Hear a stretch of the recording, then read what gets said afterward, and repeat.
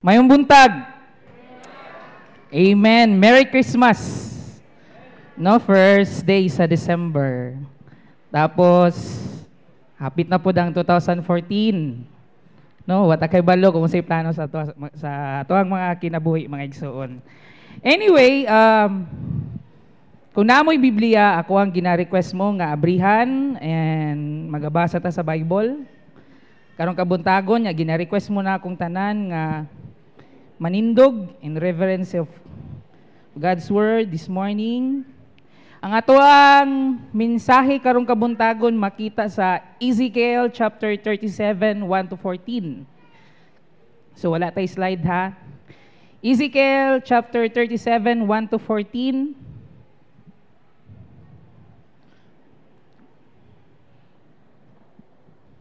Kung nakita na ninyo, say amen. O gato ni siyang basahon sa pagtubag-tubag.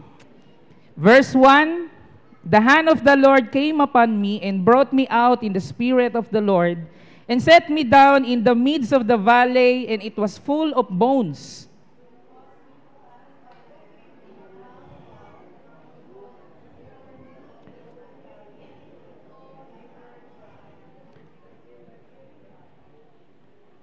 Verse 3, and he said to me, Son of man, can these bones live? So I answered, O Lord God, you know.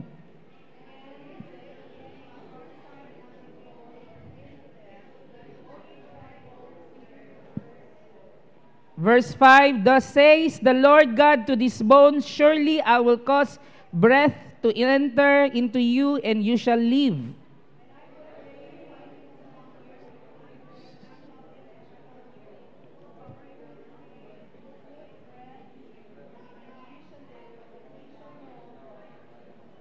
Verse 7, so I prophesied as I was commanded, and as I prophesied, there was a noise, and suddenly a rattling, and the bones came together, bone to bone.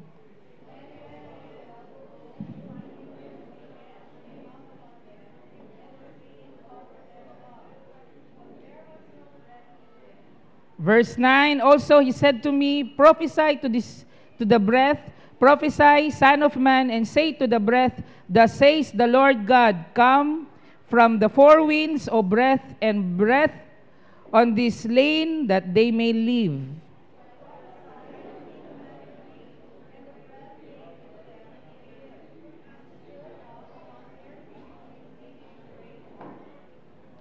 Verse 11, then he said to me, Son of man, these bones are the whole house of Israel. They indeed say, our bones are dry, our hope is lost, and we are cut off.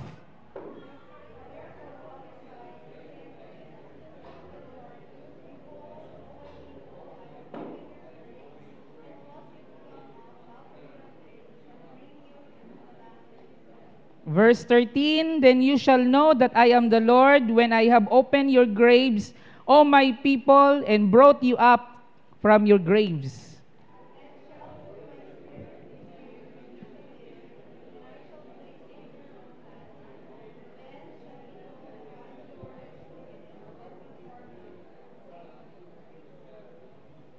May the Lord bless the reading of His Word. Let us close our eyes and let us pray. Heavenly Father, Lord, we thank you once again kay gitagaan mi nimog another Sunday nga maminaw mi sa imong pulong. Ginoo, sa pila ka oras, minuto Ginoo nga among gigahin diri sa simbahan, among ginaampo, among gina-offer ang among mga dalunggan, ang among mga hunahuna, ang among mga kasing-kasing nga andam mudawat sa imong pulong. Ikaw open sa among mga spiritual ears, sa among mga eyes, Ginoo, and andam mimudawat sa imong pulong karon gabuntagon, Ginoo God, nga imong giandam, gihalad o gi-prepare para sa amo Ginoo. Salamat Lord sa imong pagabuhaton. Maminaw mi kaming tanan karon kabuntagon uban ang imong presensya. Salamat Ginoo, in Jesus name we pray. Amen and amen. Although December karon mga igsoon, pero dili ang ato ang sermon karong kabuntagon dili siya mo associate sa Christmas, no? O ang ato ang sermon karong kabuntagon is some kind of medyo historical, no, ang dating. Based sa itong gibasa about kay Ezekiel, no, about sa Valley of Bones. O speaking of bones, ingon pa nila kaning mga archaeologists, Tilen, ingon pa nila ang archaeologists daw who study the history of animal life and human beings, read stories in the bones they find. Kaya matanaw tag National Geographic, no? So, mo na ilahang ko makita nila unsa lifestyle aning mga animals, mga tao sa unang panahon, pinaagi lang sa bukog. Tapos, kanang naay mga krimen mahitabo, human bones may also have a story to tell. If a human skeleton is discovered, police investigators will study the bones to find out if there was a crime committed that caused the death of a person to whom the bones belong. So, sahay, may bawaan. Giunsa ba ni? Gituok ba ni? Gidungga ba ni? Na-chop ba ni? Mahibaw-an na sa mga soko. No? And then sa mga historians, sometimes study the bones of ancient peoples to see what humans ate at a particular time in a particular place. Mga historians na, usahay mo, study sila og mga bukog. And then, archaeologists have uncovered information about everything from ancient battles to lost farming practices. A person's bones may reveal to a researcher his or her sex, age, and even race. So, kuyaw kayo mga igsoon, maskin bukog lang, pero mahibaw-an dayon kung unsa ang history anang mga bukogan na. Sa mga passages na itong gibasa karong kabuntagon, naapoy mensahe about bukog. No? Ezekiel, si Prophet Ezekiel, nakita niya, og nag-deliver siya og mensahe gikan sa Ginoo para sa mga tao sa Juda, and also made a promise to a vision of dry bones that were brought to life. No, so mao na ang atoang gibasa karon na mensahe. Kining dry bones sa Ezekiel 37 were a picture of spiritual condition of God's people. Mao na spiritual condition sa mga Israelites sa unang panahon, time ni Ezekiel. The story their bones told was a record of their sinful rebellion against God and in their disregard for His word. No? Ang picture, Valley of Bones, no? Ang bones dito nga nagputol-putol, mensahe to nga ang mga Israelites sa unang panahon gahi kay kulo, rebellious, no? Bugnaw, no? Ang ilahang mga spiritual life. Sin had killed them, their sins had sucked the spiritual life out of them. So karong kabuntagon mga igsuon, kung makita nyo ang teaser sa Facebook, ang title sa atong sermon is, Can These Bones Live? Can These Bones Live? Kita na itong picture, no? Kung inana ang itsura sa makauban nimo sa Ezekiel, sa vision niya, mutanaw ba ka, mabuhi pa ba ka ni mga bukugang ni? So muna ito ang sermon karong kabuntagon. But before we proceed, ato sang ilailahon kung kinsa si Ezekiel. Si Ezekiel is a son of Buzi, priest, a Levites. Tapos si Ezekiel, one of the exilic prophet, yung exilic prophet, propeta sa unang panahon nga appeal siya sa na captive, na kulong. No? Gisakop. Ang meaning sa Ezekiel is God strengthens, and then si Ezekiel pod, pareha sa iyang papa, is a priest, and at the same time, is a prophet. Tapos, nagsugod siya og start sa iyang vision, ipakita siya sa Ginoo at the age of 30. And then, ang kasabay-sabay niya nga mga propeta sa unang panahon ni Ezekiel is probably, it's Jeremiah, and siguro na siya gamayng alam kung kinsa po si Daniel. No? So, a time contemporary with two of the other major prophets, Daniel o si Jeremiah, Daniel was among the earlier group of Jews taken into captivity. Sila ang mga first batch, no? Padulong sa Babylon around 606 BC. gisakop sila sa Babylonia, no, from Jerusalem. While Jeremiah witnessed the actual destruction of Jerusalem in 586 BC. No? So medyo kasabay-sabay, kadulduo lang ang ilahang mga kinabuhi, ang ilang buhi sila na time ato. And then his ministry ni Ezekiel lasted for 22 years. Nya, brief history lang para medyo makarelate ta gamay. Background sa ato ang passage. Ang history gyud sa what do you call this? Israel is the Israel is United Kingdom. Isa gyud na sila ka buo nga nasod ang Israel. Unya ang unang hari diha kay si Saul.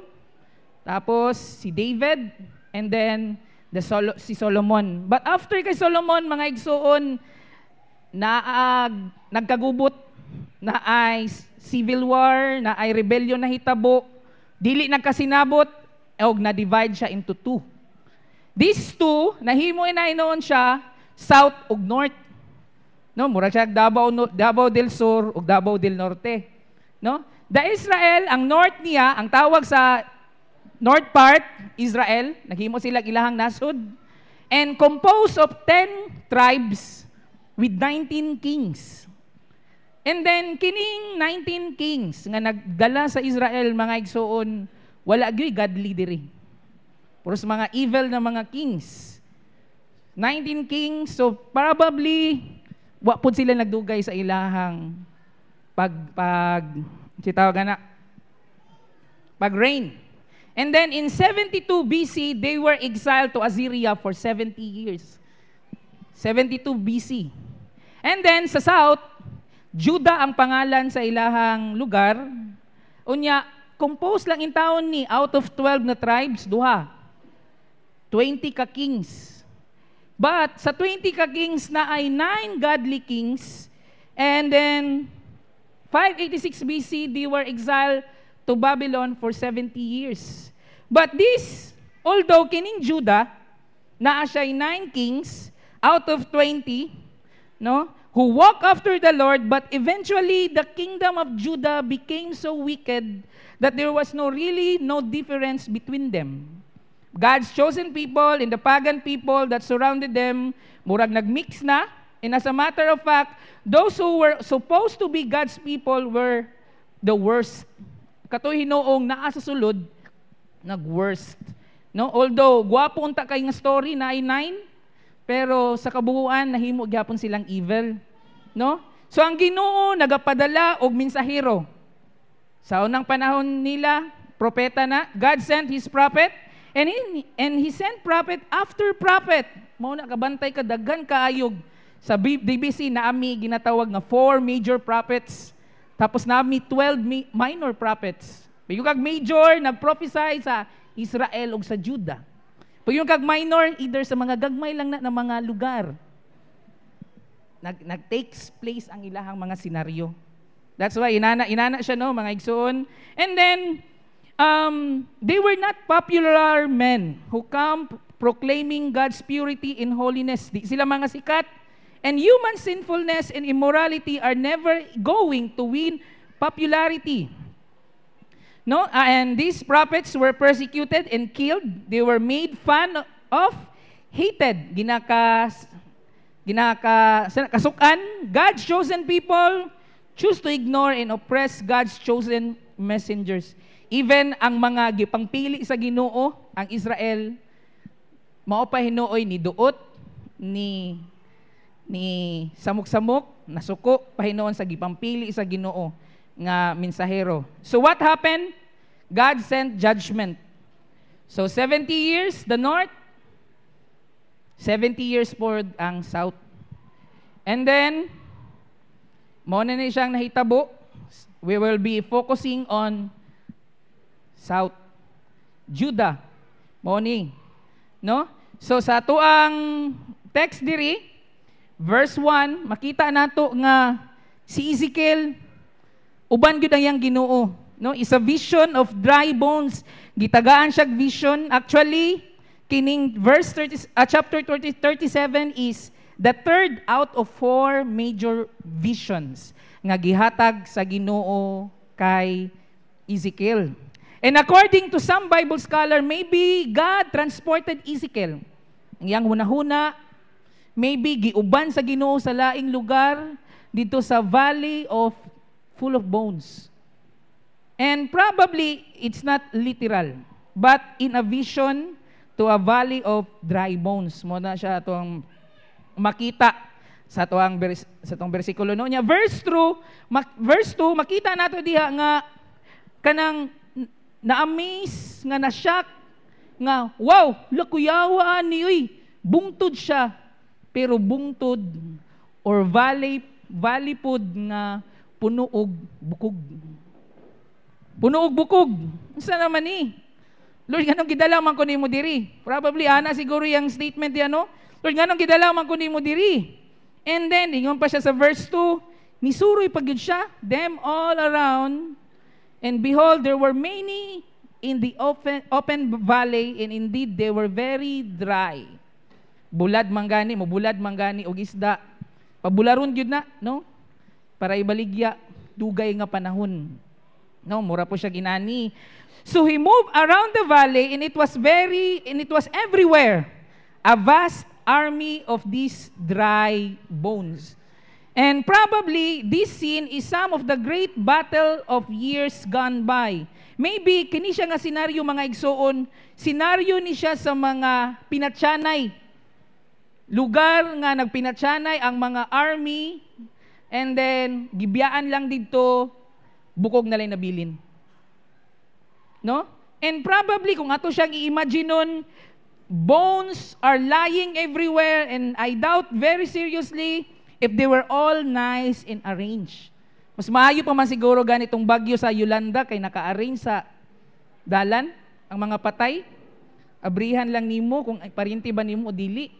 But sa senaryo nato, probably nagkapatong-patong, nagkatag-katag, unya dili pagyud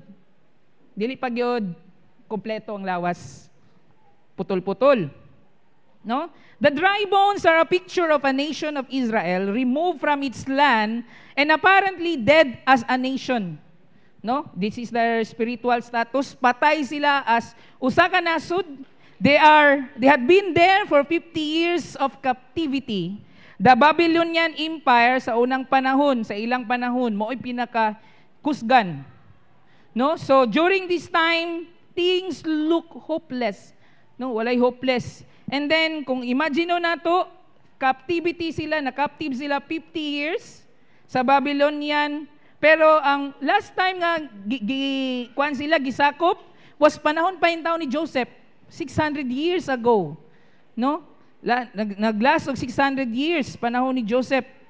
And then kung tan-awon po nato sa verse 2, gitawag si Ezekiel sa Ginoo, gi-address siya as son of man. No? Correction lang siya, gigamit siya nga son of man para lang tukuyon si Samuel. But that not dili siya pariha og refer. Lahi ang gamit sa son of man pag-abot sa New Testament kay nag-focus man siya kay Jesus, the son of man, no? So, the Lord asked Ezekiel, can these bones live?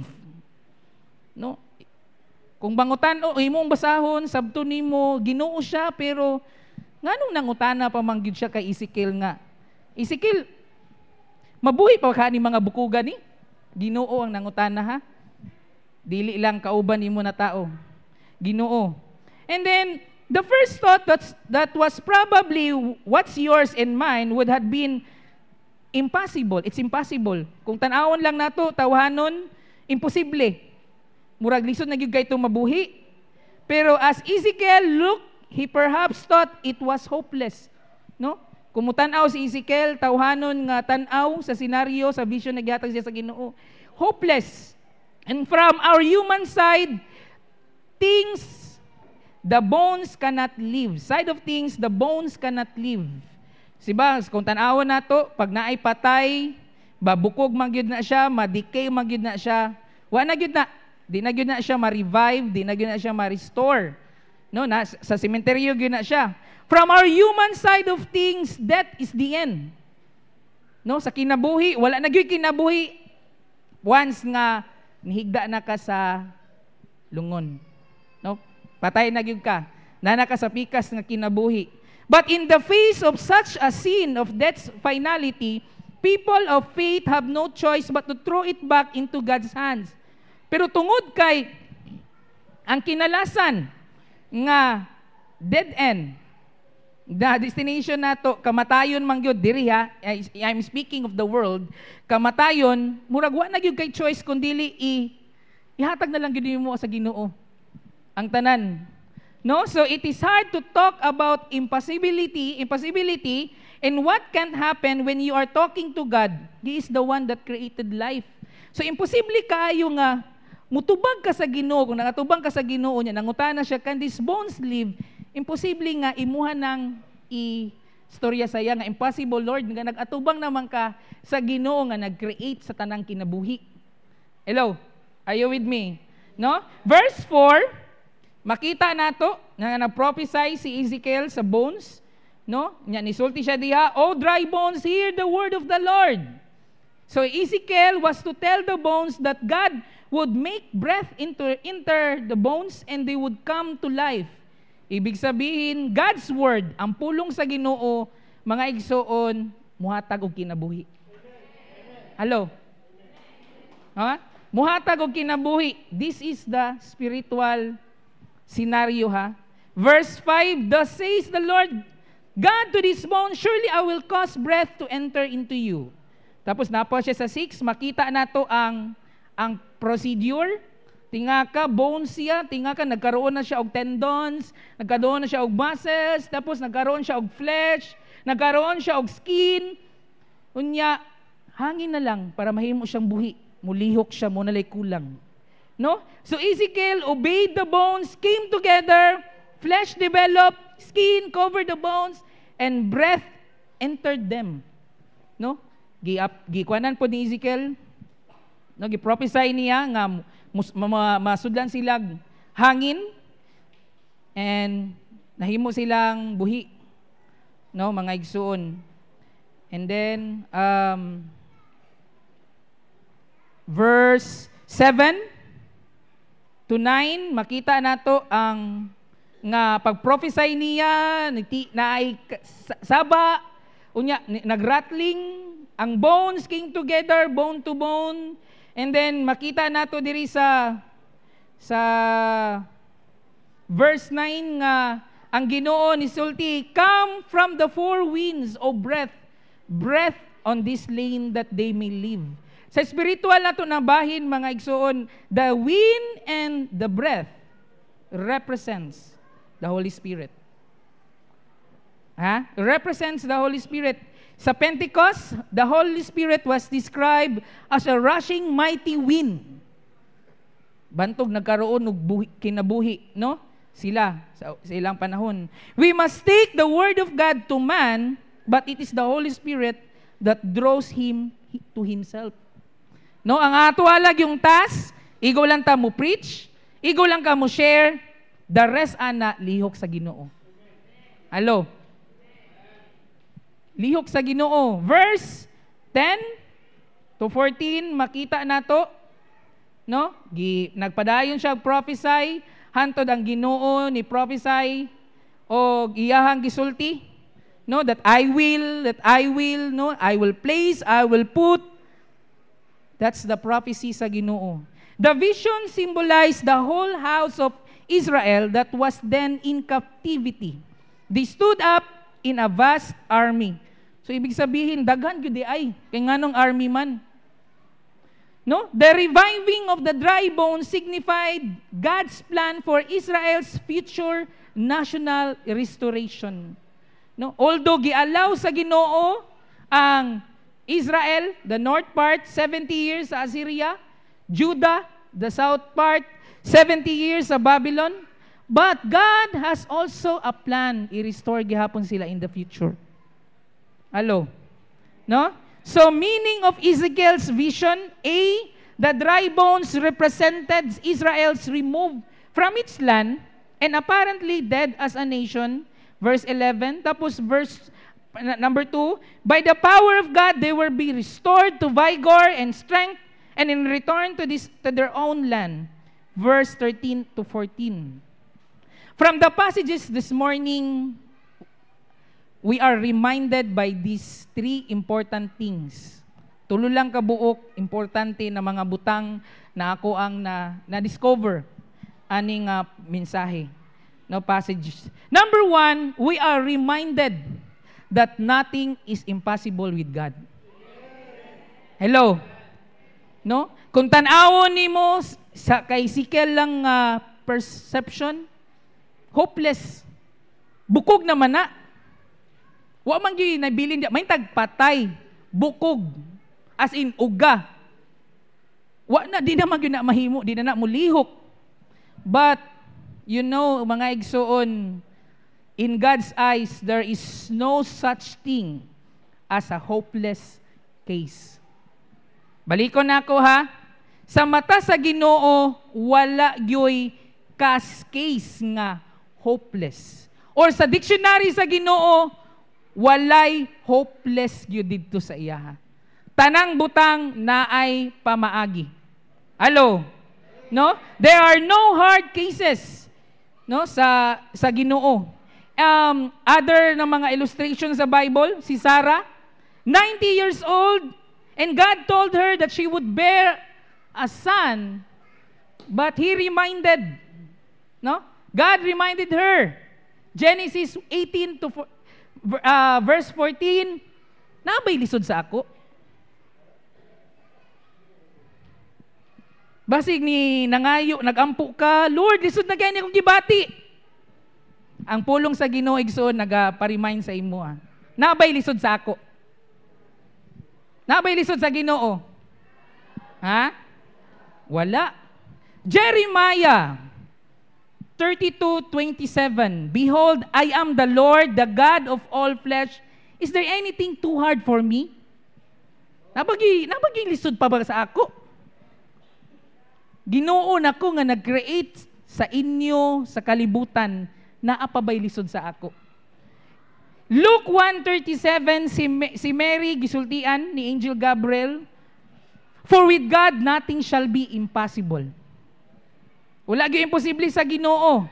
And Jesus also encouraged His disciple, Matthew 19:26, with men this is impossible, but with God all things are possible. Hello? Walay imposible sa Ginoo igsoon. Ingnay mo ang katapad, walay imposible sa Ginoo. Amen.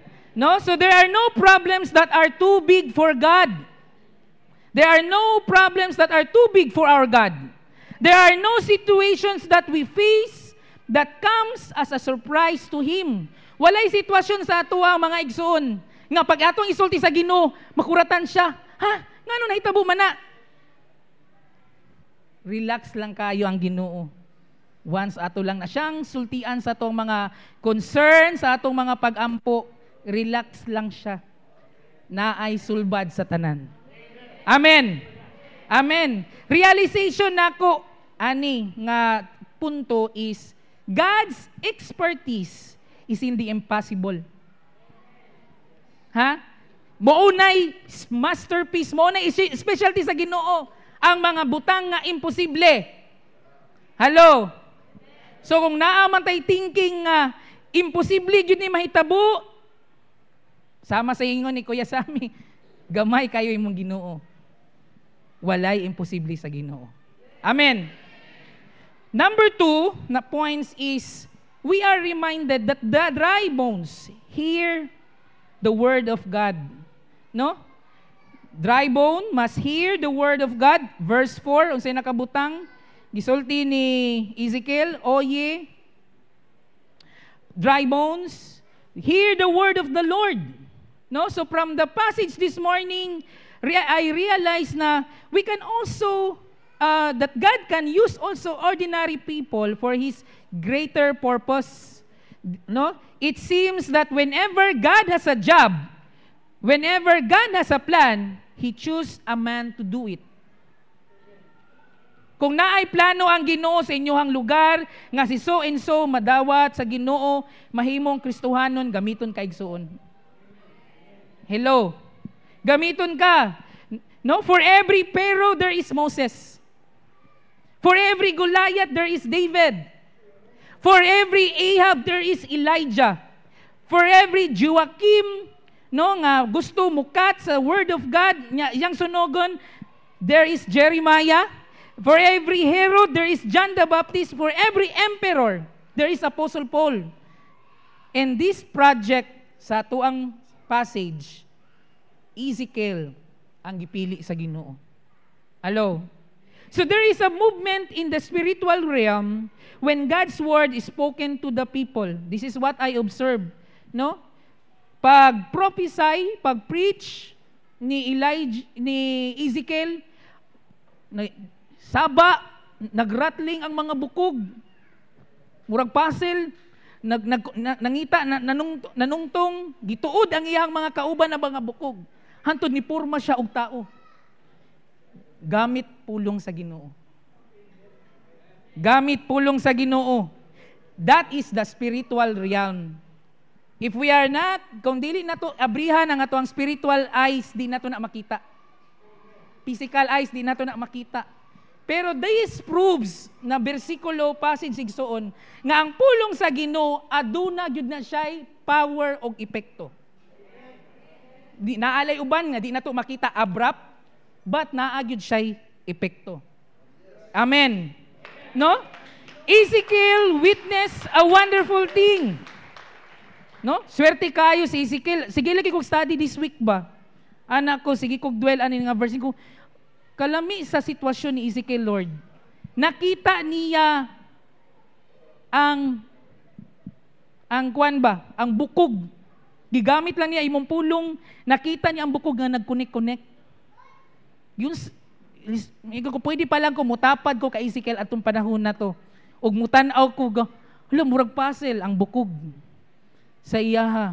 Na witness ni Ezekiel ang isa ka gwapo nga butang, the word of the Lord was preached, and the Lord moved in the congregations as the bones heard the word. No? Naglihok ang Ginoo sa kongregasyon, sa bones, valley of bones, samtang gisulti ang pulong sa Ginoo. Can lifeless bones bring glory to God? No? Lisod kayo, kung ikaw ang Ginoo, do you allow skeletons, bones lang ang mo praise o mo worship sa imo? Dili. That's why God is doing or did something pagabuhaton. Sa verse 3, makita nato diri nga nisulti si Ezekiel, "Oh Lord, you know," gipangutana siya, "Can these bones live?" Nya ang tubag ni Ezekiel, "Lord, kay balo naman ka." No, nya sa verse 7 makita nato nga, "I prophesied as I was commanded." Ni propesiya ko kay gisugo man ko sa Ginoo.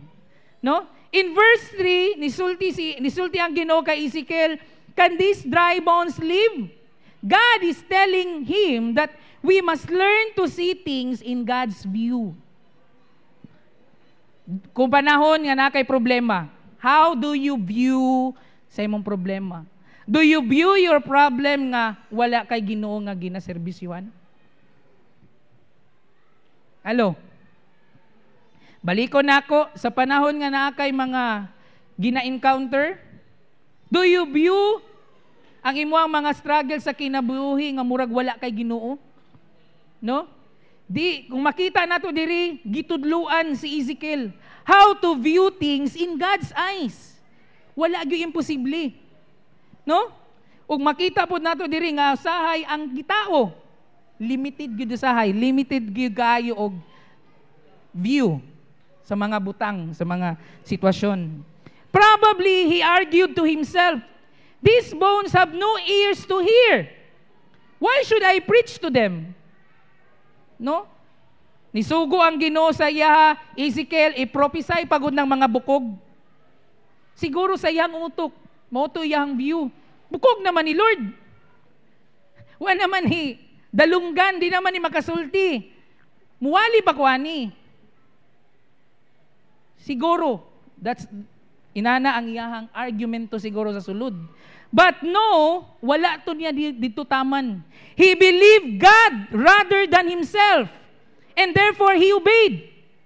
Sometimes natay mga arguments ba sa sa Ginoo. Lord, nganong inani man ni? But hopefully igsoon, we will end up ni sabit sa Ginoo. Hello? No? Ezekiel is the spokesman of God, for God. He instructs the bones to hear the word of the Lord. And we must also realize, whosoever stands before us to teach or to preach, we are to listen to the Lord. Kung kinsa man ang mo storya, sa tubangan nato, mo share, mo wali, ang atuang responsibilidad igsoon maminaw. Okay? In Sunday settings, para ang plano sa Ginoo or ang lihok sa Ginoo mahimong accomplish anang Domingguhan na. The congregation must be attentive and the spokesman must preach the word.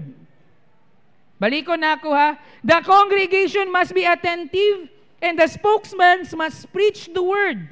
In the average church daw, modern church nato daw, the congregation occupies themselves with other things while nagaminaw sa pulong sa Ginoo.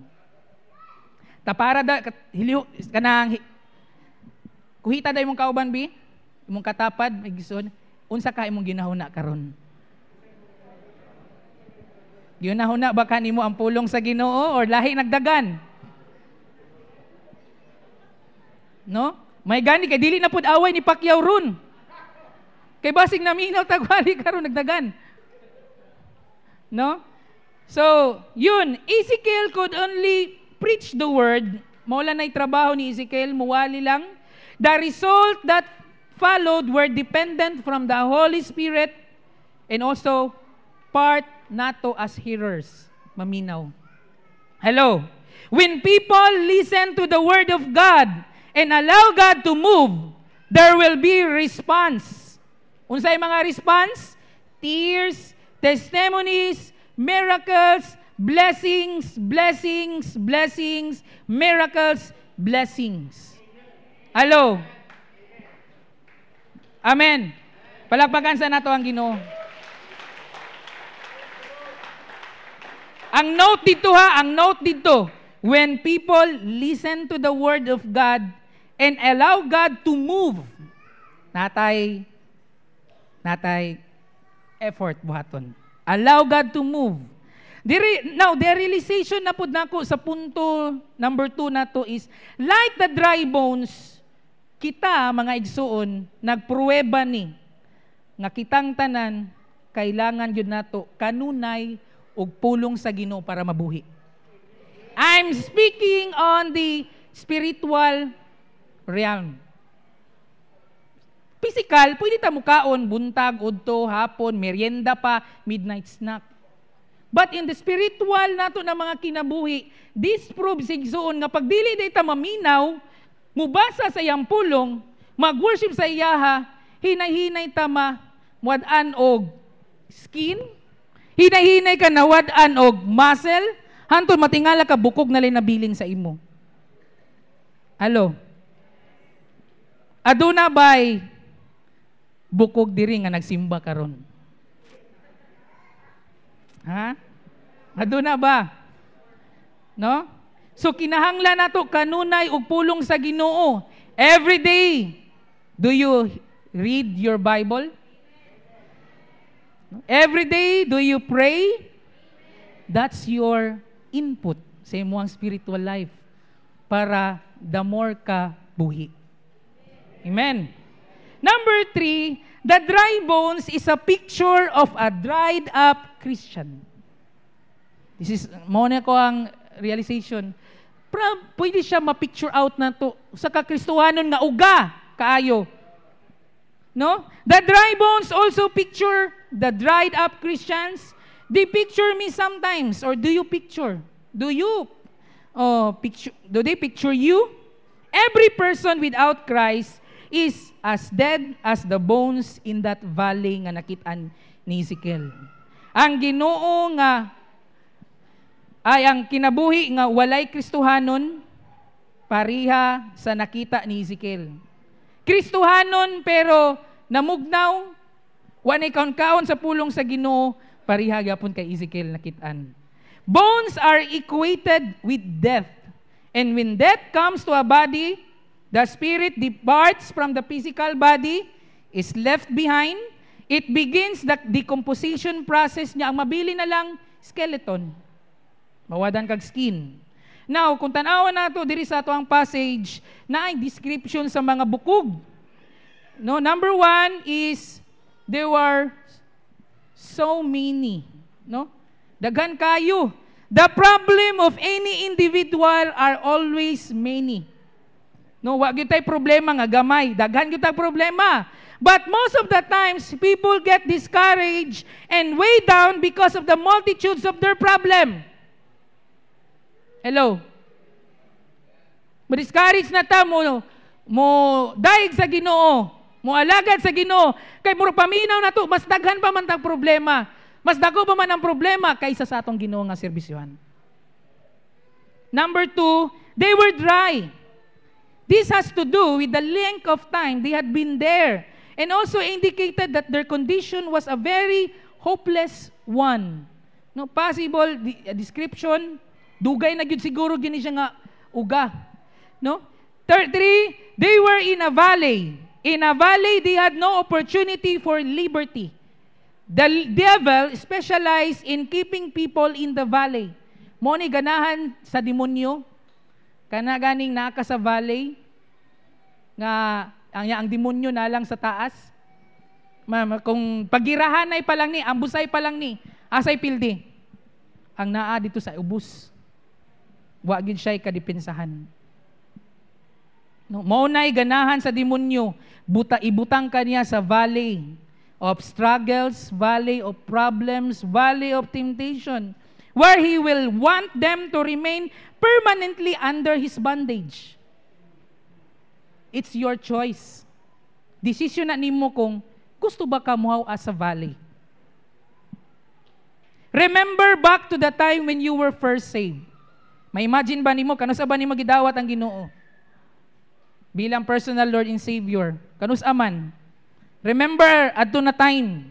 Nobody had to talk you into going to church. O may nituklod sa imo nga simba na. Ikaw rin may nisimba. In fact, siguro probably basi og sayo pa kadiri. Pero karon nadugay, ay, Domingo na po. Alas 8:30, alas 2:30 na kumadto. Nobody or no one had to shame you into reading your Bible. No? No one had to guilt you into telling others. Di man ka maka-feel guilty pag mag-share ka. Pero karon nadugay, murag maulaw naman ka mo share. Wala ko share naman ko si nasi kuan ba. Maulaw. Sa una, grabe kayo mo basa og Bible. Maskin asa mo basa og Bible. Pero karon murag madugay, murag wala na ko. Kamay. Sa cellphone na lang ang Bible para murag text lang tirada. No? Some reasons some reasons of feeling newness. Bago pa ka sa Ginoo, duol kay ka sa Ginoo, love kay ka sa Ginoo, hinahinay siya nawala. Unsay probably ang mga rason? Number 1 is sin gets in the way. Hinahinay ang sala ni sulod sa imong kinabuhi. Matthew 24:12, and because of iniquity will abound, the love of many will grow cold. Tungod kay hinay-hinay, oy, nakasala ko isa. Gilang pasayloon ako sa Ginoo. Duha, tulo nanagha naman, hinahinay na mugnaw yang espiritu.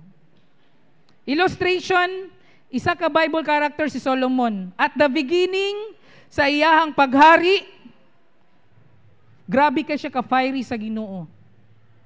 Actually, gani, dapat si David, siya ang gitagaan og una, og plano sa Ginoo sa tabernacle, sa templo, sa simbahan sa unang panahon. Pero kay balo ka mga igsuon, tungod kay nakasala si David, no, adto na time gipahuman ang task sa iyang anak nga si Solomon, no? But he began to be led away by sin. Wapo unta kay sugod si Solomon, pero hinay-hinay gikutkot siya sa sala. He allowed himself to become unequally yoked with godless wives. And he drifted from God himself. No, pila ka buok yang asawa, pila ka buok yang kabit. Di pagyud mga Israelites, pagans pagyud. Hari siya, na-influensyahan siya. Unfortunately, we allow things to take, no? Mo to siya, no? Number 1. Number 2, it loses life as the days goes by. No? It loses life as the days goes by. Mark 4:18, 19, 18 to 19. Now these are the ones sown among thorns. They are the ones who hear the word. Nakapaminaw man tani sa pulong sa Ginoo. But the cares of this world, the deceitfulness of riches, and the desire of other things entering in, choke the word, and it becomes unfruitful. No? Grabe kay Kristohanon sa una. But we allow things to take our eyes off to Christ. We allow ourselves to become so busy that God has taken a back seat. Instead nga siya ang tatong driver, Lord, sa likod na lang ka. No? Taod-taod, it starts by missing our daily quiet time. Dili na kada adlaw maka-communicate sa Ginoo. Then, we start missing services here and there. Murag, dili na kayo musimba. Before you know it, we have drifted completed away. No? Late na ka kay balo nga, nawala na day ka sa Ginoo. No? Si Mark Driscoll, isa sa kong mga paborito nga mangwawali sa Amerika, na siya gisulti nga article, no? 5 signs timailhan that you're spiritually dead. 5 signs that you are spiritually dead, no? Unya, kung tan-aw nato na sa Revelation, unsa nga simbahan nga patay? It's the Church of Sardis. No? I know your works, kay balo ko sa inyong gibuhat. You have the reputation of being alive, but you are dead. Nagasimba mo, nagatapok mo, but kamo tanan patay.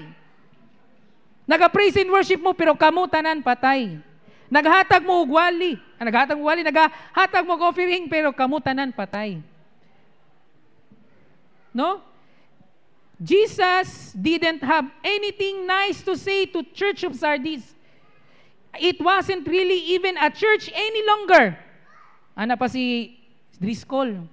Wa gyud siya gwapo nga nasulti si Jesus sa Sardis. No? Dili na ganyan makonsider nga simbahan pa ni. They had a reputation for being alive, but Jesus says they were dead. Dili di assurance sigsoon ha nga nagtapok-tapok ta diri na ang Ginoo. Depende gihapon na sa ato ang mga espiritu. Okay? Here are 5 things to be aware in your life and your church that indicate you're on the part of spiritual decay and death. Number 1, you treat your faith like a routine and not a ritual. Gi-differentiate ni Mark Driscoll. Routine is a life of check marking the box of minimal obedience and compliance. Check mark, oy. Okay, check ni, nabuhat na ko ni. No, nya gamay lang ang obedience. But ritual here, ang iyang definition is when there's meaning, value, purpose, mission, and passion in what you do because of Jesus. No? Number 2, you're not passionate about Jesus. We tend to be passionate about the things and people into which we invest our time and energy. The more time and energy we invest in things and others, the more passionate we'll become about them. Tapos ang pangutana na diri, where are you with Jesus? Are you passionate about Him? Do you invest a lot of time and energy into your relationship with Jesus? Number 3, you treat your faith like a have to and not a get to. Siya ang but pasabot. Ingon siya diri, is reading the Bible like reading a phone book? Do you treat participation in the life of the church like something that needs to be done so that you don't get into trouble? Murag na himong requirements. If so, then you have it all wrong. Christianity is not about laying upon people a burden of religious duties, moral obligations. It's based upon a relationship with Jesus. Relasyon. No? Number 4, you've closed your eyes to Jesus' mission. No? Do you care about Jesus and people? Are you type of Christians that says, I don't see any opportunity for the gospel where I'm at? If you are, then you have intentionally closed your eyes to Jesus' mission for the people in your life and in your community. Wala ka gibutang sa Ginoo igsuon kung asa ka karon para lang ka mo trabaho, para lang ka mo eskwela, para lang ka mo puyo. Naay dakong sugo ang Ginoo ana, ang iyahang mission. Ang iyahang mission. Naka-share ba ta sa uban? No? Nag-seminar mi og disaster preparedness sa compassion. Ingon pa tong amo ang facilitator, ingon siya, isa ka traits na ganahan niya sa Pilipino. Ana pa siya ba? Isa ka traits nga ma-appreciate sa mga foreigners sa Pilipino is Christian families, Filipino families are so close. But yet they are so close. Get niyo ang point? Close lagi ang magparyente, ang magsuon, papa, mama. Pero they are also close. Amo araning wala kay appeal. Basig inana to ang mentality. Taga sa Church of God ta, amo alang ni lahi mo. Hello. No?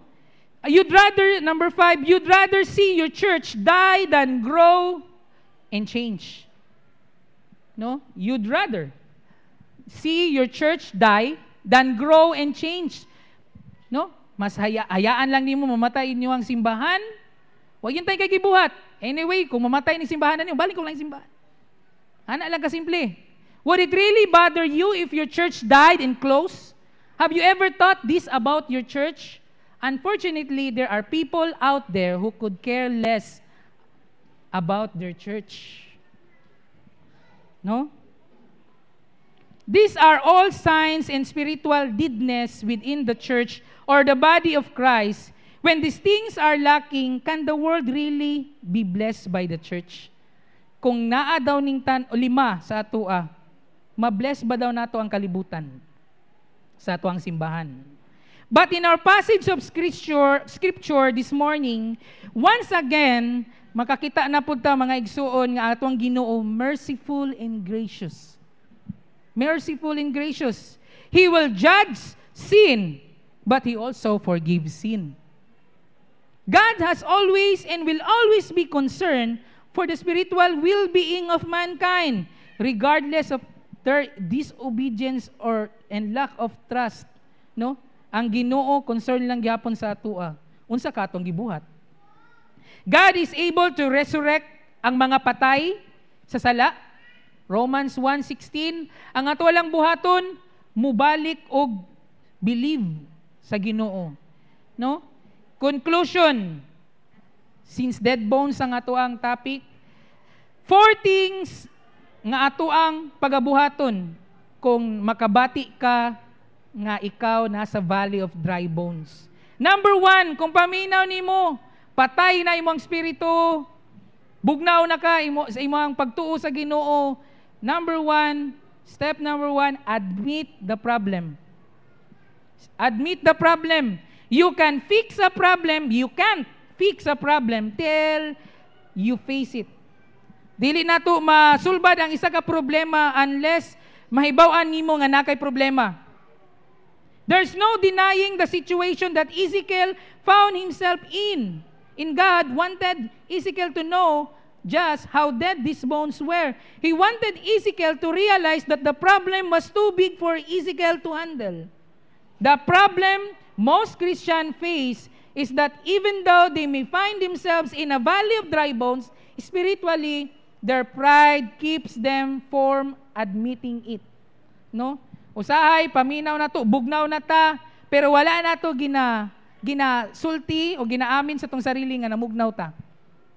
Okay? Number 2, read the Word. Basaha ang pulong niya. Probably, God's Word doesn't seem to impact me or impact you the way it once did. Kung paminaw ni mo, namugnaw ka, tapos mambubasa ka sa pulong sa Ginoo, murag, wa naman ni ka impact sa ako, ay. Step number 2, basaha balik ang pulong sa Ginoo. Read it anyway, even when it seems as dry as the bones in the valley. Nako illustration, Evangelist Robert L. Sumner, sa iyahang libro, I think this is a true story, The Wonders of the Word of God, iyahang libro, no? Nag-story siya dito sa usa ka tao in Kansas City nga na-injured tungod kay nabumbahan ni buto.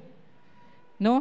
The victim's face was badly disfigured. Ang iyang nawong as in deformed. And he lost his eyesight, nabuta, as well as both hands. Putol ang iyang kamot. Imagine nimo, na-deform ang nawong, nabuta, putol ang kamot. He was just a new Christian. Bago pa daw ni nakristuhanon. And one of his greatest disappointments was that he could no longer read the Bible. Saan man ako ni pagbasa sa pulong sa Ginoo.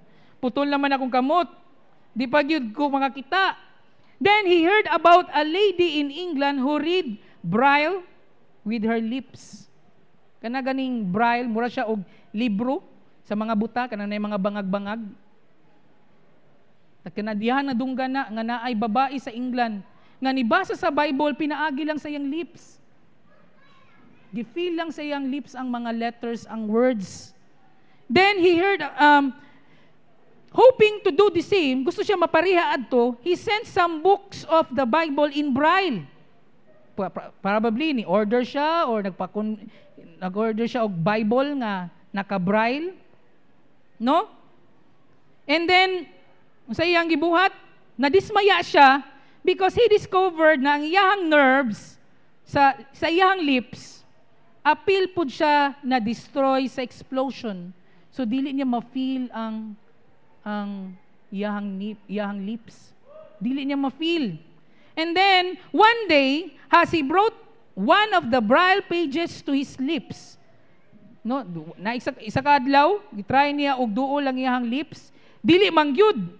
His tongue happened to touch a few of the raised characters and he could feel them. Dili ma-feel sa ang mga words, ang mga letters sa lips. Unya aksidente, iyahang nagawa siyang dila.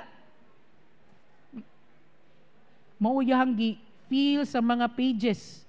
Ug iyahang na-feel ang mga pages. Like a flash, he thought, I can read. Ingon pa siya diri, I can read the Bible using my tongue. Tungod adto nga discovery, nagabasa na siya sa Bible, pinaagi sa dila. Imagine niyo na. At that time, Robert Sumner nagsulat sa libro, The Man Read the Bible 4 times. Dili ta maulaw ana. Deform na ang nawong, wa na'y kamot, dila na lang ang muhikap sa mga letters, sabton ang mga verses. Indeed, 4 times nabasa ang Bible. Kita, normal.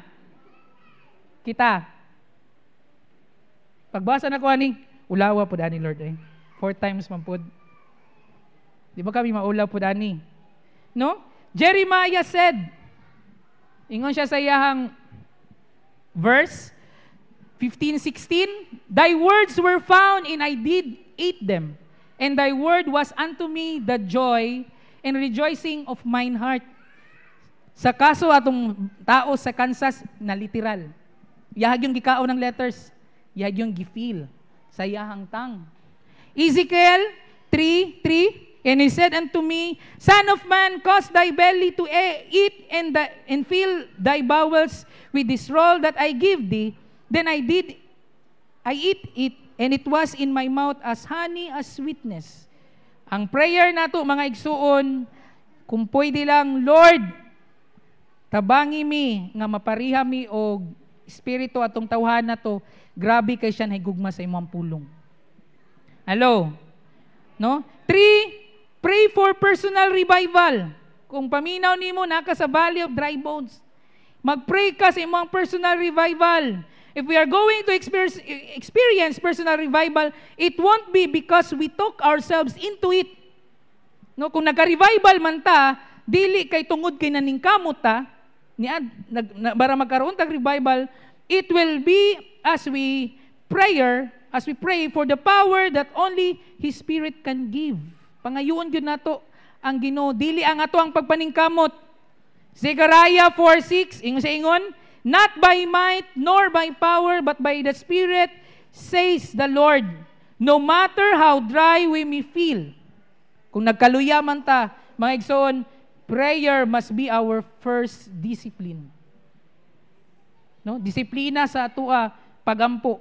Robert Lee, ingon siya dire, knowing that prayer is our mightiest weapon, the supreme call for all Christians today, I pleadingly urge our people everywhere to pray, believing that prayer is the greatest contribution that our people can make in this critical hour. I humbly urge that we take time to pray, to really pray. Let there be prayer at sunup, at noonday, at sundown, at midnight, all through the day. Let us all pray for our children, our youth, our aged, our pastors, our homes. Let us pray for our churches. Let us pray for ourselves that we not lose the word concern out of our Christian vocabulary. Let us pray for our nation. Let us pray for those who have never known Jesus Christ and redeeming love for moral forces everywhere, for our national leaders. Let prayer be our passion. Let prayer be our practice. Walay rason nga dili ka kaampo. Si Robert Lee, daghan kay siyang itudlo sa ato kung sa ato ang ipang pray. I-pray mo ang sarili, pray for your family. Na-pray na ba nimo ang Davao? Sa amo ang namitingan sa napilan nga seminar, disaster preparedness. Usa ka pastor sa Cagayan, naghimo siya og grupo disaster kanang preparedness team sa Cagayan after nabagyuhan ang Cagayan. Pastor ang nag-lead. No? Unya, based sa ilahang study, for how many years from 50s, ginakount nila every year ang mga bagyo, ang mga calamities nga nagaadto sa Pilipinas. Every year nagadaghan. Every year nadungagan. Matingala ta karon nganong ginani ra man unta ang bagyo, tingadaghan naman tag na experience. And pansinon ninyo, in base po sa ilang studies, nagababa ang dagan sa bagyo. Sa una, Luzon. Sa una, Visayas. Matingala na ka na signal number 1 sa Surigao. Signal number 1 sa Agusan. Sa Bukidnon. Gamay na lang, Davao na. Pero pinaagi sa mga Kristohanon nga nagampo. No? Pinaagi sa Kristohanon nga nagaampo. Maminaw ang Ginoo. Hello. No, maminaw ang Ginoo. Nya kung panahon nga naluya ka. Ingon pa ni Robert Lee, pwede na po nato na idagan sa pagampo. Ampo. Ang problema lang usahay sa simbahan, na ako'y nabasahan sa internet, ingon siya dito, ang pagampo sa usa ka simbahan, ang ampo daw murag nahimong Cinderella. Kaya balo mo sa Cinderella? Story ni Cinderella? Di ba? Ginabinuangan, gina-small, ginayatak-yatakan, na pag mag-ampo, ampo ta, gamay ra kay mga to simbahan. Gamay ra kay mo pray. Pero pag concert, pag unsa pa na diha, daghan ang mga to. Cinderella sa simbahan, ang pag-ampo. Okay? Step number 4, live as though the victory has already been won. Kung paminaw nimo naka sa Valley of Dry Bones, imong isulod sa imong kinabuhi, sa imong utok, sa imong unahuna, nga ikaw victorious na daan. Some Christians spend their lives praying for victory in a certain area of their lives when the victory has already been won. Lord, victory, liberty, humana naman, madaugo naman ta. I-claim na lang na nimo igsuon. Ayaw na pangayua ang kadaugan sa Ginoo. I-claim na lang na nimo. Hello? Mao ganitong isa ka himnal na kanta, ako ang nagian, murag nakanta po to nila kuya sa amin na time. Oh, victory in Jesus, my Savior forever. He sought me, He bought me with His redeeming blood. Himnal siya nakanta. No? Iyahan nilang gi-claim, madaugon siya sa Ginoo. Hello? Amen. Karong kabuntagon, before ta mag-close, ibilin nako ang isa ka bersikulo na gihatag sa Ginoo kay Ezekiel prior sa vision. Verse 26 to 27, ingon siya dito, I will give you a new heart, a new spirit. I will remove from you your heart of stone and give you a heart of flesh. And I will put my spirit in you and move you and follow my decrees. And na siya condition. Please, be very careful to keep my laws. Igsoon, kumusta ka karon? Namugnaw? Hapit na mo man 2014, 2014 na pod. Walay bugnaway sa tuang pag-alagad sa Ginoo. Kung naamay na mugnaw, gina-request na ko ang tanan, no, manindog ta. Kung naamay mabugnaw, pangayua sa Ginoo.